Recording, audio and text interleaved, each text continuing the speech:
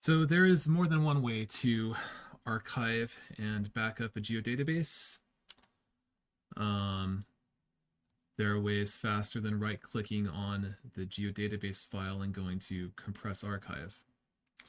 Here I have created a batch file that references a PowerShell script that will do exactly that and send that archive that it creates directly to the S drive archive location for my maintenance project.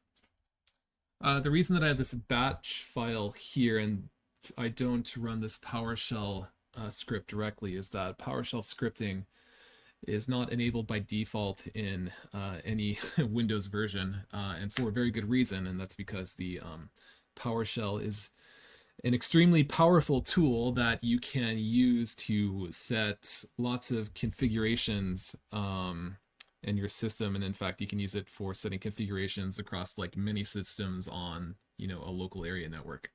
And if that were to be enabled by default, there's a lot of potential for malware to, get on your system and to delete system 32 or, other kinds of things like that that you would not want to do. Having a batch file gets around that problem. So what this does is that it takes the geodatabase directory and compresses it to this location in the S drive. So if we double click on this batch file, which is called execute archive Wagner maintenance geodatabase, it's going to give me a prompt in command terminal to save and close my active ArcGIS projects. The reason it does this is that if I were to let it go while I have an active ArcGIS project open, in particular, the one that it's trying to archive, it's just going to fail. So I'm going to hit enter, and it's going to pause for about 5 seconds. That's intentional.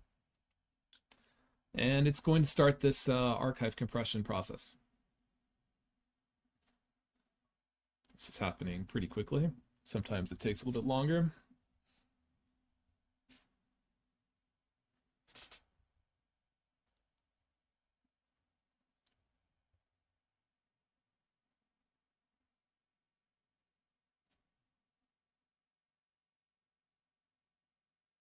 Here we go. It says that it worked. I'm going to press enter to continue, and then what it's going to do is, let's try it again. It's going to open a new Explorer window to the directory to which the archive is written, which in this case is this S drive directory. And you can see that if I sort by date modified, I'll find this one at the very top, the one that it just created, which is called OK Wagner County Live RSC 2023 05/17, today's date. And then it's also got an hour and minute stamp on the end. So this was created at 6:43 p.m.